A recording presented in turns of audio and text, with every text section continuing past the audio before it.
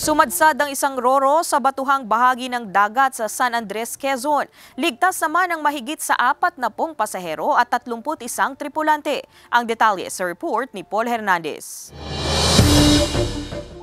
Isa-isang inalalaya ng mga miyembro ng Philippine Coast Guard ang hindi bababa sa 40 pasahero ng roro vessel na MV Virgen de Peña Francia 1 na makasakay sa bangka. Inilipat sila rito matapos umanong sumadsad sa mabatong bahagi ng karagatan sa bahagi ng San Andres, Quezon ng barko. Ayon sa PCG Southern Quezon, galing Masbate ang barko at padaong na sana sa San Andres Port. May kalakasan daw ang hangin sa lugar dahil sa pag-uulan, kaya posibleng nadala ng hangin at alon ang barko sa mababang bahagi ng karagatan. Bukod sa mga pasahero, ligtas din ang mahigit sa 30 tripulante ng roro. Agad na nakipag-ugnayan sa mga bantay dagat po ng San Andres at ganoon din po sa mga NDRMO at agad po silang nagpadala ng kanilang barko, ng bangka. 4 na bangka po at katulong po sa pag-rescue po ng mahigit kumulang 40 pasahero po. Sa pagsusuri na sa maayos na kondisyon ng roro vessel, walang anumang senyales na may tumagas na langis mula sa barko. Pinasusumite ng PCG ang master captain nito ng mga kaukulang papeles at marine protest. Sinusubukang makipag-ugnayan ng GMA Regional TV Balitang Southern Tagalog sa may-ari ng barko para sa kanilang pahayag. Nagpapatuloy ang investigasyon.